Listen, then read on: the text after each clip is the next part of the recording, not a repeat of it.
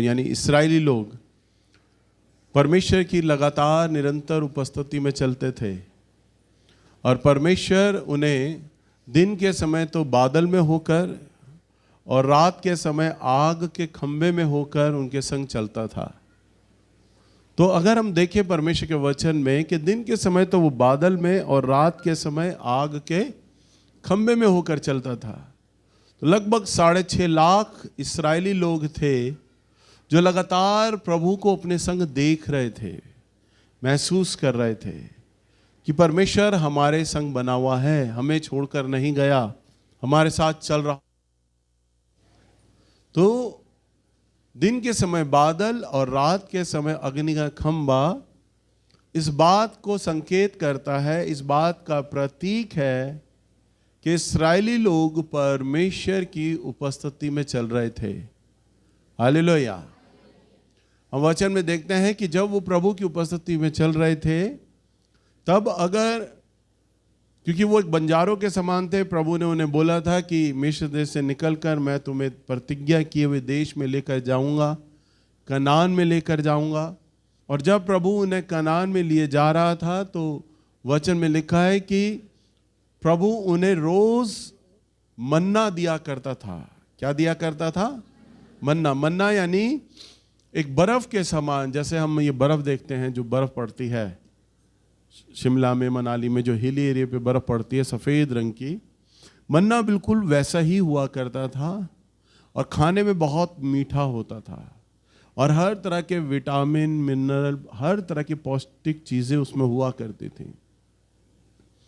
तो जिस प्रकार हम बरसात के समय ओलों को गिरते हुए देखते हैं, वैसे ही परमेश्वर आकाश से इस्राएली लोगों के लिए मन्ना खिलाया करता था और 40 साल तक प्रभु उन्हें इस प्रकार से मन्ना खिलाता रहा और प्रभु उन्हें लिए चल रहा था। तब उनको राशन का दिक्कत नहीं था, खाना बनाने का दिक्कत नहीं था, परंतु प्रभु ने रोज़ मन्ना दिए जा रहा था। और वचन में लिखा उनके कपड़े भी ना मैले हुए, ना फटे, ना गले। अब आप सोचो प्रभु का आश्चर्य कर्म, 40 साल चले वो लोग। कितने? तो 4 साल का बच्चा जो कपड़े पहनकर चला था ना, वही उसके तन पे थे। वहाँ वॉशिंग मशीन नहीं लगाई, दर्जी नहीं था नए कपड़े सिल के देता, वो तो चले जा रहे थे। तो 4 साल का बच्चा चला तो 40 साल बाद कितने साल का हो गया? 40 साल का। तो उसके कपड़े ना गले ना फटे और वचन में ये नहीं लिखा कि उसके कपड़े लंबे भी हुए, परंतु लंबे भी हुए। हालेलुया। उस जैसे जैसे उसका शरीर बढ़ता जा रहा था, कद काठी बढ़ती जा रही थी, डील बढ़ता जा रहा था। जो लड़कियां बचपन में चली थी अब वो जवान लड़कियां हो गई थी, जो जवान लड़कियां चली थी वो बूढ़ी स्त्रियां हो गई थी, परंतु उनके कपड़े गले नहीं थे, फटे नहीं थे। क्यों? क्योंकि परमेश्वर निरंतर उनके संग था। हालेलुया। प्रभु की उपस्थिति थी। प्रभु की उपस्थिति ऐसे ही अलौकिक होती है। परंतु वचन में देखते हैं जब जब इस्राएली लोगों ने परमेश्वर की उपस्थिति को छोड़ा, प्रभु की उपस्थिति से बाहर आए, जब जब वो बादल से बाहर आए, जब जब वो अग्नि के खंभे से बाहर आए, तो दूसरी प्रकार की जातियां हो, चाहे वो आमेलिक हो, चाहे वो पलश्ती हो, चाहे वो कोई भी जाति हो, इस्राएलियों पर हमला करती थी और इस्राएली लोग हार जाते थे और वो दूसरी जाति इस्राएलियों पर प्रबल हो जाती थी। हालेलुया। सो इसी प्रकार से जब हम बिल्कुल ठीक ऐसे ही है कि जब हम परमेश्वर के साथ चलते हैं तो परमेश्वर की उपस्थिति में जब हम होते हैं तब शत्रु हम पर हमला नहीं कर सकता है। परंतु जैसे ही आप प्रभु की उपस्थिति से बाहर आते हैं, शत्रु आप पर हमला कर सकता है। आइए हम प्रभु के वचन में देखें। निकालिए यूहन्ना की किताब, इसका 10 अध्याय और इसका 10 पद। चोर किसी और काम के लिए नहीं, परंतु केवल चोरी करने और घात करने और नष्ट करने को आता है। मैं इसलिए आया कि वे जीवन पाए और बहुतायत से पाए। हाँ, प्रभु का वचन क्या कहता है? यूहन्ना की किताब 10:10 में लिखा है, चोर किसी और काम के लिए नहीं परंतु केवल किस लिए आता है? चोरी करने, घात करने और नष्ट करने को आता है। चोर को जो उपमा प्रभु ने दी है वो शैतान से दी है। प्रभु बोलते हैं जो शैतान है तुम्हारे जीवन में, अगर हम इसको आसानी से समझें तो प्रभु ये कहना चाहते हैं जो शैतान है वो चोरी करने आता है तुम्हारे जीवन में, और वो नष्ट करने आता है, चोरी करने आता है, घात करने आता है। परंतु प्रभु कहता है मैं इसलिए आया कि तुम जीवन पाओ और बहुतायत का पाओ। हालेलुया। चोर किस लिए आता है? चोरी करने। बोलिए चोरी करने। चोरी करने यानी शैतान क्या करता है? आपके जीवन से चीजों को चुराता है, आपको नहीं पता। बड़े आराम से वो चोरियां करता है, आप लापरवाह रहते हैं। अच्छा, कई बार हम बसों में, ट्रेनों में या ऐसे पब्लिक प्लेस में जब हम जाते हैं तो वहां लिखा होता है अपने सामान की स्वयं रक्षा करें, हैं? जब हम जाते हैं अस्पतालों में या स्टेशनों में, वहाँ बड़े बड़े पिलर पे लिखा था चोरों से सावधान। इसका मतलब है चोर वहाँ हैं, पर वो चोरी कब करेगा? अगर आप अपने सामान के प्रति लापरवाह हो गए, आपने अटैची रखी और इधर उधर देखने लग गए या घूमने फिरने लग गए या लापरवाह हो गए या बात करने लग गए, तो चोर आपकी बगल में खड़ा होगा, चुपचाप से आपकी अटैची लेगा और निकल जाएगा। आप कहेंगे अभी तो मैंने अटैची रखी थी, मैं तो बात कर रहा था, बस मैं तो मुंह धो रहा था पानी के लिए, गायब हो गई। हल्की सी नजर हटी और दुर्घटना घटी। जैसे ही आपने नजर हटाई चोरी हुई। हालेलुया। तो शैतान आपके जीवन से क्या करता है? चोरी करता है। वो आपका समय चुराता है। ध्यान से सुनो, वो आपका समय चुराता है। कौन सा समय? जो आप परमेश्वर के साथ बिताना चाहते हैं। आज आप प्रभु का वचन सुन रहे हैं और आप सुनेंगे कि भैया बोल रहे हैं प्रभु के वचन से कि हमें प्रभु के साथ समय बिताना होता है।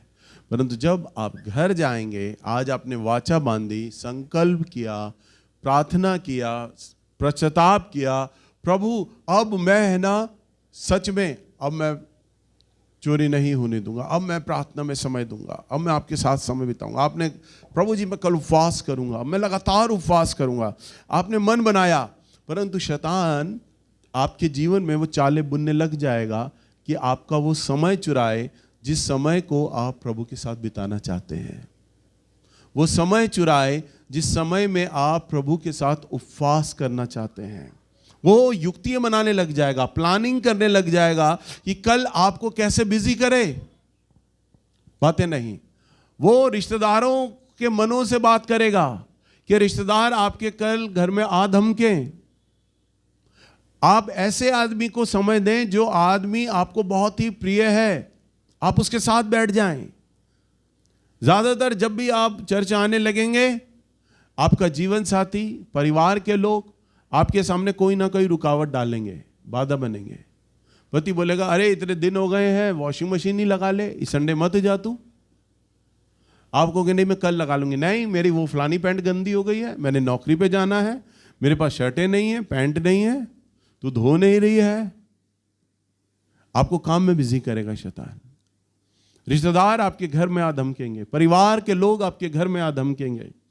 ऐसे आदमी आ जाएंगे, ऐसे परिवार के लोग आ जाएंगे जिनसे आप बहुत ज्यादा प्यार करते हैं, वो आ जाएंगे।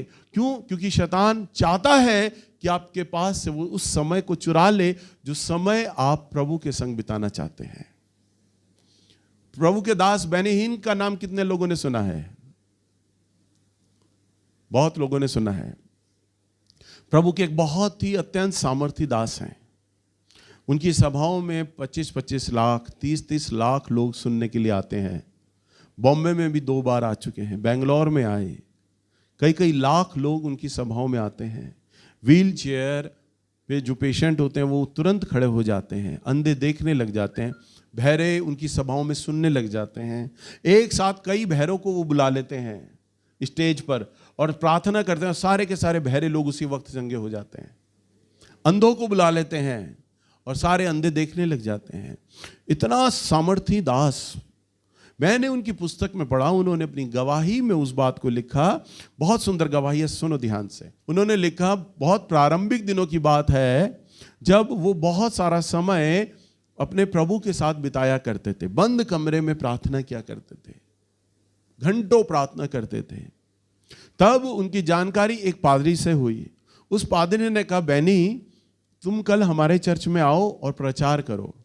तब बेनीहीन बताते हैं, मुझे कोई भी नहीं जानता था।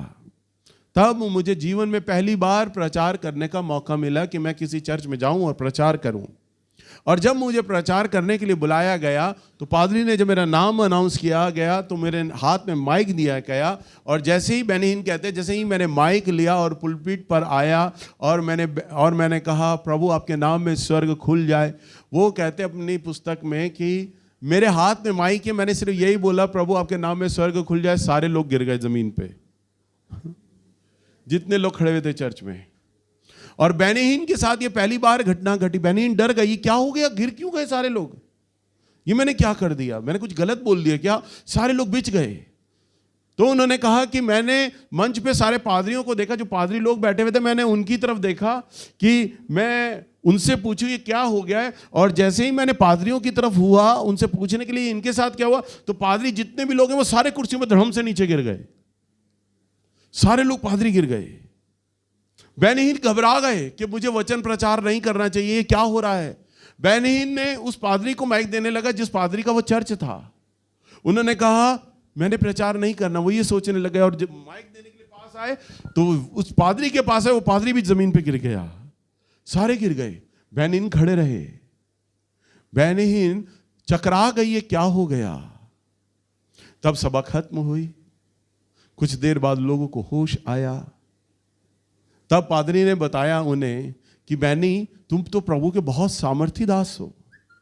ये परमेश्वर की उपस्थिति थी। बेनीहीन बताते मुझे तो पता ही नहीं था परमेश्वर की उपस्थिति क्या है। वो कहते परमेश्वर की उपस्थिति ऐसी भयावह थी यहाँ पर। और उन्होंने वो पद बताया कि जिस प्रकार मूसा के तंबू में, पुराने नियम में मूसा के तंबू में भी जब प्रभु तंबू में उतर आता है तो कोई भी खड़ा नहीं रह पाया था सिवाय मूसा के। तब उन्होंने वो वृतांत पढ़ाया, वो जिक्र पढ़ाया कि आज बिल्कुल हमारे चर्च में मूसा के तंबू के समान ही हुआ। प्रभु उतर आए हमारे चर्च में और कोई खड़ा नहीं रह पाया, सिर्फ तुम खड़े रहे। तुम बहुत प्रभु के सामर्थी दास हो। बेनीहीन इस बात में खुश हुए कि प्रभु का आत्मा मुझसे प्रसन्न है। और सारे पादरियों ने कहा बेनी आप कल भी आइएगा, हम बहुत सारे लोगों को बुलाएंगे। पूरे शहर में उनके नाम का डंका बजने लगा। कई पादरियों तक यह सूचना चली गई कि एक ऐसा प्रचारक आया है कि जिसके आने से कोई भी खड़ा नहीं रह पाता है। सारे लोग हक्का बक्का हो गए। बेनीहीन जब अपने घर में जाते हैं उन्हें बताया गया कि मुझे एक होटल में रखा गया, मैं होटल में रुका। उस शहर में मेरे एक अंकल रहा करते थे। उन अंकल ने सुना कि बेनी हमारे शहर में आया हुआ है। कई साल बाद वो बेनी से मिलना चाहते थे, वो उसके चाचा थे। और जब वो होटल में मिले तो बेनीहीन बड़े खुश हुए अपने चाचा से मिलके, अपने अंकल से मिलके, और उन्होंने बातचीत शुरू कर दी अपने चाचा से। थोड़ी देर बात करने के बाद परमेश्वर की आत्मा ने बेनीहीन को कहा बेनी प्रार्थना कर। बेनीहीन मन में विचार करते हैं, प्रभु अभी थोड़ी देर बाद मेरे अंकल आए हैं, बहुत साल बाद हम बैठे हैं, अभी करता हूं मैं थोड़ी देर बाद। वो बेनीहीन अपने अंकल से, अपने चाचा से बात करते रहे। काफी समय ऐसा बीत गया। प्रभु की आत्मा ने बेनीहीन को फिर कहा बेनी प्रार्थना कर। वो फिर बातचीत, प्रभु अभी करूंगा ना, मैं अभी करूंगा। और बेनीहीन खुश थे, अब तो मैं बहुत सामर्थी हूं, प्रभु का अभिषेक मुझ पर है। और आज जो सभा में हुआ, कल तो शहर में पूरा डंका बज गया और कल शहर के अंदर 4 गुना भीड़ होगी अब मीटिंग में मेरी। बेनीहीन बहुत खुश थे और वो कई घंटे अंकल के साथ बैठे रहे और बातचीत करते रहे। उसके बाद जो उनके अंकल थे वो चले गए उन्हें छोड़कर। बेनीहीन बहुत थके हुए थे, सभा में प्रचार करके आए थे, यात्रा करके आए थे, घंटों अंकल से बात करते रहे, अब उनका शरीर थक गया था। प्रभु की आत्मा ने बेनी को कहा बेनी प्रार्थना कर। उन्होंने कहा प्रभु मैं बहुत थक गया हूं, मैंने सुना है कल सुबह मुझे सभा के लिए जाना होगा समय पर। वो सो गए और अगले दिन तैयार होकर उस चर्च के लिए निकल गए जिस चर्च में उन्होंने प्रचार किया था, जहां लोग खड़े नहीं रह पाए थे। बेनी हिन कहते हैं मैं मंच पर आया और सब लोग बड़े खुश थे मुझे देखकर कि अब बेनी हिन दोबारा आ गया है मंच पर, अब फिर वही होगा जो कल हुआ था। और वो बताते 4 गुना से ज्यादा भीड़ उमड़ी हुई थी लोग मुझे देखने के लिए। लोग एक दूसरे कुर्सियों पर खड़े होकर उचक उचक कर मुझे देखना चाहते थे, बहुत ज्यादा भीड़ थी। कह रहा है सड़क पर तो लोग भीड़ थी, बहुत ज्यादा पब्लिक आई हुई थी मुझे देखने के लिए। सब चमत्कार की अपेक्षा कर रहे थे कि अब कुछ सामर्थी दास बोलेगा और कुछ घटेगा भी यहां पर। बेनिन कहते मेरे हाथ में माइक दिया और जैसे ही मैंने बोला स्वर्ग खुल जाए, वो अपनी गवाही में कहते मेरा शब्द बिल्कुल हवा में चला गया, केवल खाली, कुछ नहीं घटा। कह रहा है जैसे ही मैंने बोला ना, मुझे लगा कि कुछ हरकत नहीं हुई, बिल्कुल खाली है ये।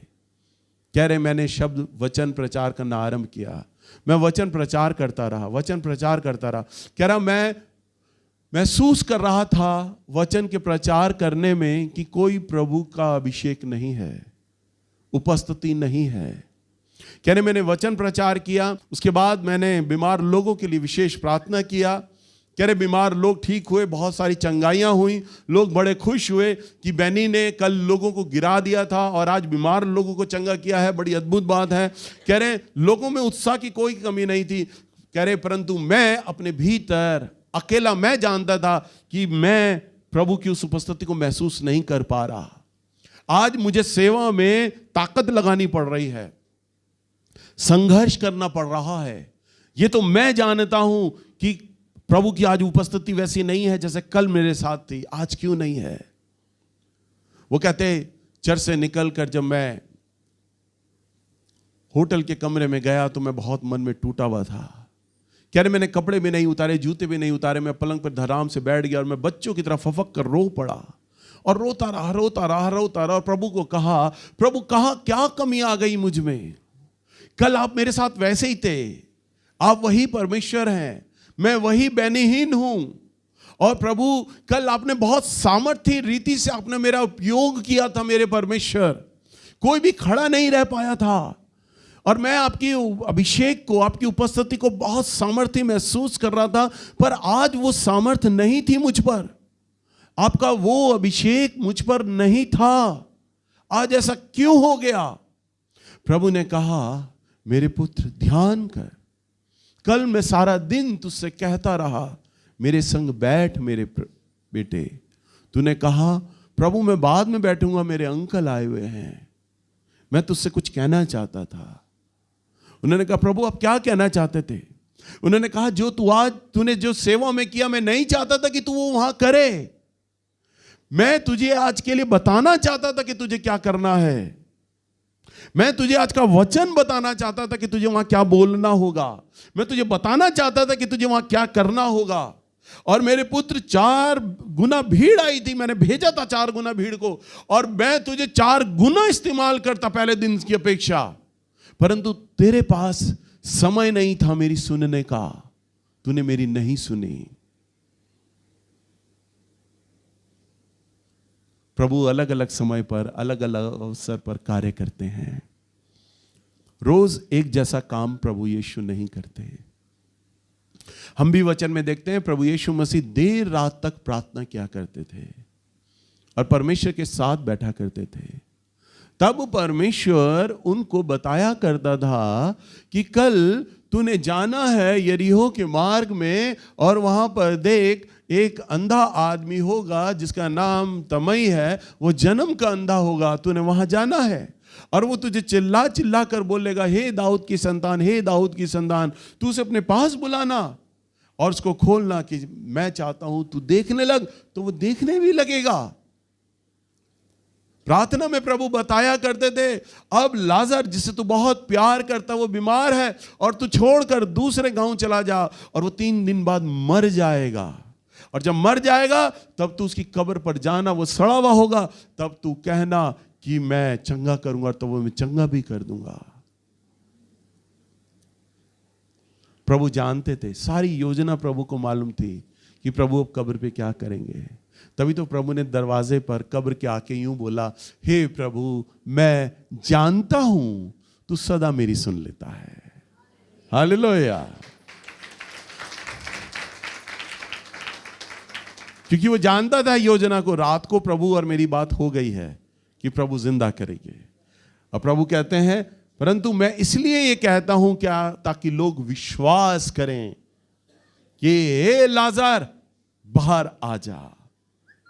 लाजर बाहर आ जाता है। आप नहीं जानते आपके जीवन में शैतान क्या करने पर है, परंतु परमेश्वर आपको सचेत करता है, जगाता है आपके जीवन के लिए। जब आप प्रभु के साथ बैठते हैं, जब आप प्रभु से प्रार्थना करते हैं, तब वो आपके ऊपर प्रकट करता है अपनी बातों को कि आप कहां स्टैंड करते हैं, आपका आत्मिक जीवन कहां पर बना हुआ है। आप इस समय नीचे जा रहे हैं, बढ़ रहे हैं, आपका आत्मिक थर्मामीटर क्या बताता है, वो प्रकट करता है। मैं अपने आत्मिक जीवन में हल्का सा भी नीचे आऊं, एकदम से परमेश्वर की आत्मा मुझे मेरे विचारों में तो बताती ही है, पर मुझे स्वप्न में भी आके मेरा प्रभु मुझे चिता देता है। और जब मैं प्रभु को प्रसन्न कर रहा होता हूं, उन दिनों भी प्रभु मुझे बता देता है। एकदम से मेरा थर्मामीटर हल्का सा भी फ्लक्चुएट करे, ऊपर या नीचे जाए, प्रभु की आत्मा मुझे सचेत कर देती है, बता देती है। परंतु वो कब बताएगी? जब आप उसके साथ बैठेंगे, जब आप उसकी उपस्थिति में चलेंगे। एक बार मैंने सपना देखा, कुछ दिन मैं प्रभु के साथ प्रार्थना नहीं कर पाया, तो मैंने सपना देखा कि मैंने एक फ्लैट लिया है और मैं वहां रह रहा हूं और मेरी बाहर साइकिल चोरी हो जाती है। मैं लोगों से पूछता हूं, अभी मैंने साइकिल खड़ी करी थी, चोरी कैसे हो गई? मेरी साइकिल कौन चुरा के ले गया? लोग कहते हैं पता नहीं, हमने आपकी साइकिल पर ध्यान नहीं दिया। मैं अंदर आता हूं, मेरा टीवी अंदर से चुरा लिया गया। मैं लोगों से पूछता हूं, अभी तो मैं बाहर आया था, तुम लोगों से बात कर रहा था, मेरे अंदर से टीवी किसने चुरा लिया? मैं देख रहा हूं मेरा सामान चोरी हो रहा है। सुबह जब मैं उठा, क्योंकि मैं वचन को प्रचार करता हूं, प्रभु की आत्मा मुझे सिखाती जाती है, मैं समझ गया मेरे जीवन से शैतान कुछ चुराना मांग रहा है, कुछ चुरा रहा है। तभी तो मैंने चोरी का सपना देखा है। मैं प्रभु के साथ बैठा, तब प्रभु ने बताया मुझे, शैतान तेरे जीवन से मेरा वो समय चुरा रहा है जो समय तू मुझे देता है। तब मैं उस गलती को समझ गया, जान गया। प्रभु ने मुझे ये स्वप्न में क्यों दिखलाया, क्यों चोरी हो रही थी स्वप्न में। शैतान चुरा रहा है। हालेलुया। वो आकर आपके सामने नहीं बोलेगा मैं तेरा समय चुरा रहा हूं, वो चुराता है। जब आप तभी सामर्थ्य अपने जीवन में हो सकते हैं जब आप प्रभु के साथ चलते हैं। हालेलुया। बेनीहीन इतने बड़े प्रभु के दास, इतने सामर्थ्य दास, सिर्फ 24 घंटों में इतना बदलाव आ गया। एक व्यक्ति जब खड़ा हो रहा है तो उसकी उपस्थिति में कोई खड़ा नहीं रह पा रहा, और दूसरे दिन वही बेनीहीन, वही परमेश्वर, वही चर्च, वही कलीसिया, कुछ नहीं बदला। परंतु जब वो गए तो बताते हैं कि जब मैंने प्रचार किया तो बिल्कुल खालीपन रहा था। वो इसलिए खालीपन क्योंकि तब बेनीहीन ने एक गलती कर दी थी सिर्फ, जिसे बेनीहीन नहीं समझ पाए कि मैं परमेश्वर को समय नहीं दे पाया, मैं प्रभु के साथ नहीं बैठ पाया। सावधान, शैतान आपका यही समय चुराता है। शैतान ने कई बार इस्राएली लोगों के लिए चाहा कि वो उन्हें परमेश्वर के उस बादल से बाहर निकाले। जैसे ही शैतान ने इस्राएलियों को प्रभु की उपस्थिति के बादल से बाहर निकाल लाना, तभी दूसरी जातियां उस पर आकर प्रबल हो जाती थी। तब मिदानी लोग आ जाते थे, पलश्ती लोग आ जाते थे, आमेलेकी हो जाते थे, तभी वो जातियां आकर उन पर प्रबल हो जाते थे। परंतु वचन में लिखा है इस्राएली लोग तब प्रबल होते थे, तब जयवंत होते थे जब वो यहोवा के संग चलते थे। हालेलुया। आप कब जयवंत हो गए अपने जीवन में, कब प्रबल हो गए? जब आप परमेश्वर यहोवा के संग चलेंगे। जब तक आप प्रभु यहोवा के संग नहीं हैं, आप अपने जीवन में असफलताओं को देखेंगे, परीक्षाओं को देखेंगे, नुकसान को देखेंगे, चोरियों को देखेंगे। अगर आप चाहते हैं कि आप सफल हो, आपकी चोरी ना हो, आपको घात ना किया जाए, आपको नष्ट ना किया जाए, आपके जीवन से कोई चोरी ना हो, तो आपको चाहिए कि आप प्रभु के संग चलें। हालेलुया। जब आप प्रभु के संग चलेंगे, आप देखिए आपके जीवन में शैतान क्या चुरा रहा है। चुरा रहा है वो आपके रिश्ते, सास बहू के रिश्तों को चुरा रहा है, बाप बेटों के रिश्ते को चुरा रहा है, भाई बहनों के रिश्ते को चुरा रहा है। आप देखिए, पहले कुछ दिन पहले आपकी कितने लोगों से अच्छी बोलचाल हुआ करती थी, मीठी हुआ करती थी, एक दूसरे के साथ आप बैठा करते थे। क्यों आपके संबंध खराब हो गए? आपको कहीं पता चली कहां पर किसकी गलती थी? नहीं, शैतान ने वो संबंध चुरा लिया आपके। आप चेक करिए आपके जीवन में क्या क्या नुकसान हो रहा है। सन 2017 के अंदर मेरे चर्च से एकदम से विश्वासी लोग टूटे थे, और अच्छे अच्छे विश्वासी लोग, और वो विश्वासी लोग जो ये कहा करते थे हम अपने रिश्तेदारों को, अपने माँ बाप को तो छोड़ देंगे नेल्स भैया, परंतु आपको कभी नहीं छोड़ेंगे, आपके साथ हम सारी जिंदगी रहेंगे। और ऐसे लोग 30-40 लोग एक साथ एक ही साल में टूटे थे मेरे चर्च से। और वो साल सन 2017 में विश्व में प्रभु के दासों ने बताया, विश्व की कलीसियाओं में झटका लगा था। शैतान ने हमला बोला था सन 2017 में कलीसियाओं में, और खाली मेरे ही चर्च में नहीं, कई चर्चों में लोग टूटे थे। परंतु कमी कहां रह गई थी? सिर्फ हम प्रार्थना नहीं कर पाए थे उस वक्त अपने लोगों के लिए। शैतान का हमला मुझे नहीं पता चल पाया था। प्रभु की आत्मा ने यह चिताया, मुझे सिखाया, तुझे अपनी कलीसिया के लिए प्रार्थना करना है। अब हम जब प्रचारक लोग सोमवार के दिन इकट्ठा होते हैं तो हम प्रार्थना करते हैं। हम हर प्रकार के विरोध को, जो शैतान के विरोध हैं, हम उन्हें बांधते हैं। शैतान की उन चालों को बांधते हैं कि वो हमारे कलीसिया से विश्वासी लोगों को ना चुरा सके। और जब से हम लोग ये लगातार प्रार्थना कर रहे हैं ना, हमारे चर्च का एक भी विश्वासी नहीं टूटा है। एक भी विश्वासी, चाहे वो नए परिवार से हो, चाहे वो पुराने लोगों में से हो। कोविड के दौरान लगभग 2 साल हो गए हैं, चर्च ठीक से हमारा चला नहीं है। बंद हो जाता, फिर खुलता, बंद हो जाता, फिर खुलता, कई महीनों बाद।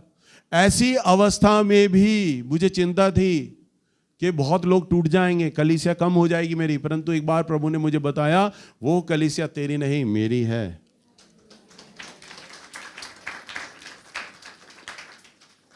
हमारा एक भी विश्वासी नहीं टूटा किसी एरिया में से, चाहे वो नए हो या पुराने लोग। क्यों? जब आप प्रभु की उपस्थिति में होगे, जब आप प्रभु से सामर्थ्य मांगोगे, जिस एरिया के लिए मांगोगे, वो जगह आपकी वो सफल होगी। हालेलुया। अभी थोड़े दिन पहले हम लोग प्रार्थना कर रहे थे, तो मेरा बेटा शारोन भी बैठा था, और सब लोगों के जाने के बाद मेरे बेटे शारोन ने बोला कि पापा, सब लोग प्रार्थना कर रहे थे ना बाहरी विरोध के लिए, जैसे आज कई चर्चों में बाहर के लोग आकर चर्च में तोड़फोड़ करते हैं, पादरी प्रचारकों को पीटते हैं, कलीसिया को तोड़ते हैं, सामान तोड़ते हैं। हम उसके लिए भी प्रार्थना करते हैं कि हमारे चर्च में कभी इस प्रकार का शैतान ये अलगाव ना करे, ये परिस्थिति ना लाए। तो शारून बोलता मेरा बेटा, पापा प्रभु कहता वो कलीसिया मेरी बनाई हुई है, वहां पर मेरे स्वर्गदूत होते हैं उस जगह पर। तभी आज तक हमारी कलीसिया में ये बातें नहीं घटी। वो कहता है वो बातें तुम्हारे कलीसिया में कभी नहीं घटेंगी, और कभी ऐसा होगा भी तो प्रभु ने बोला सबसे पहले मैं तुझे बता दूंगा। यानी मेरे बेटे शारोन को सबसे पहले कभी भी हमारे चर्च में कुछ होगा, लड़ाई झगड़ा, तो सबसे पहले प्रभु का आत्मा कहता मैं तुझे बता दूंगा। जब आप प्रभु के साथ चलते हैं, मैं हमेशा प्रार्थना में प्रभु को बोलता, प्रभु जी चर्चेस क्यों तोड़े जा रहे हैं, क्यों लोगों को मारा जा रहा है? तेरा वचन तो कहता है इस्राएली लोगों के साथ जब आप जब चलते थे, इस्राएली लोग दूसरी जातियों पे प्रबल होते थे। वहां ये नहीं लिखा कि दूसरी जाति इस्राएलियों पे प्रबल हो जाते थे, तेरे लोग प्रबल होते थे। हालेलुया। इसका मतलब है कहीं ना कहीं कलीसिया में कमी हो जाती है, जो शैतान उन पर हमला कर देता है, चोरी करता है, नष्ट करता है, घात करता है। इसलिए आप लोग लगातार प्रभु के साथ बने रहें, प्रार्थना करते रहें, प्रभु में बने रहें, प्रभु के उस अभिषेक को महसूस करें जो अभिषेक उसने आपको दिया है। जैसे ही आप प्रभु की उपस्थिति से बाहर जाएंगे, शैतान आपके जीवन से उन बातों को चुरा लेगा। वो चुरा लेगा आपकी उन आशीषों को, वो चुरा लेगा आपका ऊपर जो उसने परमेश्वर ने जो अभिषेक दिया है उसे चुरा लेगा। वो चुरा लेगा आपकी उस बुलाहट को। प्रभु के साथ अलग हुए, अभिषेक चला जाएगा। मैं तो प्रभु का नेचर जान चुका हूं 27 साल में। ऐसा नेचर है, आपने प्रभु को छोड़ा, प्रभु भी ऐसे हो जाते हैं जैसे वो आपको जानते ही नहीं। वो तो कहते हैं मैं तुम्हें जानते ही नहीं। तभी तो कहते हैं पहले तुम मेरी ओर फिरो, तब मैं तुम्हारी ओर फिरूंगा। हालेलुया। हमें प्रभु की आवश्यकता है। प्रभु को इतनी हमारी आवश्यकता नहीं है जितनी हमें हमारे प्रभु को आवश्यकता है। हमें आवश्यकता है प्रभु की। इसलिए कभी भी उसकी करुणा, उसकी दया, उसके प्रेम, उसके अनुग्रह का मजाक ना बनाएं, क्योंकि आप उसके बगैर कुछ भी नहीं है।